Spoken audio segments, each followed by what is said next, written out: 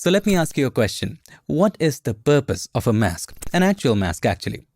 To hide the face, right?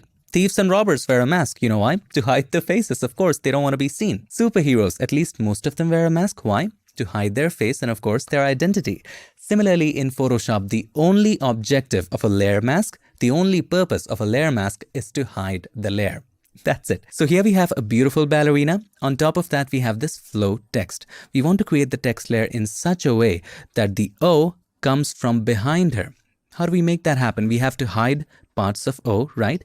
And we make that happen with the help of a layer mask. And the way you can create a layer mask is by selecting the layer for which you want to create the layer mask and then click on the mask button right there. There you go. It creates something right there. At the moment, it is all white. The concept of layer mask is black are the areas which hide, white are the areas which show up. So if the layer mask is selected and then you select the brush right there and you start painting with black, let's paint with a soft round brush. Have a look. Those areas hide. What is happening? Inside of the mask, that area is black, which means that area is simply not showing up. Remember, black hides and white shows.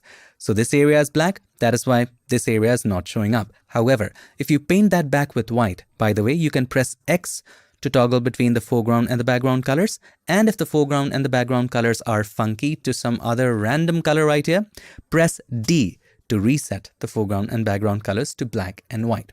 Now let's paint that area back in white. Have a look, it starts showing up, which means it is not permanent. It's absolutely non-destructive, and that's a great thing, which means you can change stuff later. So to erase the O from that area, take the brush, black as the foreground color. Again, we pressed X to toggle between the foreground and the background and just paint. You don't have to be very accurate. We can create a shadow effect like this. And there you go. This is a wonderful effect right here. And then you can fine tune it according to your liking. Just like this. This looks so darn classy. Two things to remember. The only purpose of a layer mask is to hide the layer. Certain parts of the layer, the whole layer, or hide nothing, but the purpose of it is to hide different areas of the layer. And the second most important concept is black hides and white shows. Wherever we painted black, those areas are hidden and all of the white areas show up. Have a look at it. By the way, how did we see the mask? You can hold the Alt key or the Option key, click on the mask to see just the mask.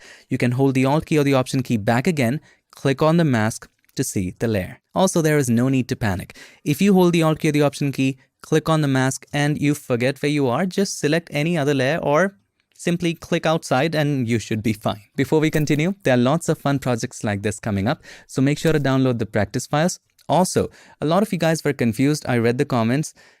Just know that this is an absolutely free course. You don't have to sign up. You don't have to do anything. Just watch. Watch the playlist. And how can you find the playlist? Just go to the Piximperfect channel, go to playlist and go to Photoshop complete course playlist. You'll find all the lessons there. Also, you can go to learnphotoshopfree.com. If the domain expires, just do the YouTube thing. Back to the lesson. You must be wondering, why use a layer mask in the first place? You can just simply use an eraser, right? Sorry about that. There are two major reasons we use layer masks. Number one, it is non-destructive. And number two, it works with non-raster layers. Let's look into that. Let's start with the first reason, that is non-destructive abilities. Heavy word, but very simple to understand. Let's say in this landscape, you want to do a very simple sky replacement. Don't worry about reflection. That is too complicated for right now. Just a simple sky replacement. Now, I do understand Photoshop has a sky replacement feature right here, but we're going to do it in a very simple way. For it, first of all, let's select the sky. Just go to Select, choose Sky. It makes a selection. Pretty fantastic, isn't it? In the later versions of Photoshop. Now, what if we just simply delete the sky by pressing the Delete key?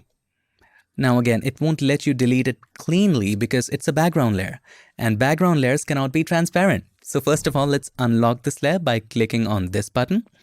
Press the Delete key. All right. Now press Ctrl or Command D to deselect, because there was a selection we wanted to deselect. Now let's bring in the new sky. I'm just going to drag it and drop it right here. Make sure to download all the assets so that you can follow along. Let's make it larger. And of course, the sky needs to be behind the mountains, right? So place the sky behind the mountain layers or the whole landscape layer. Press Ctrl or Command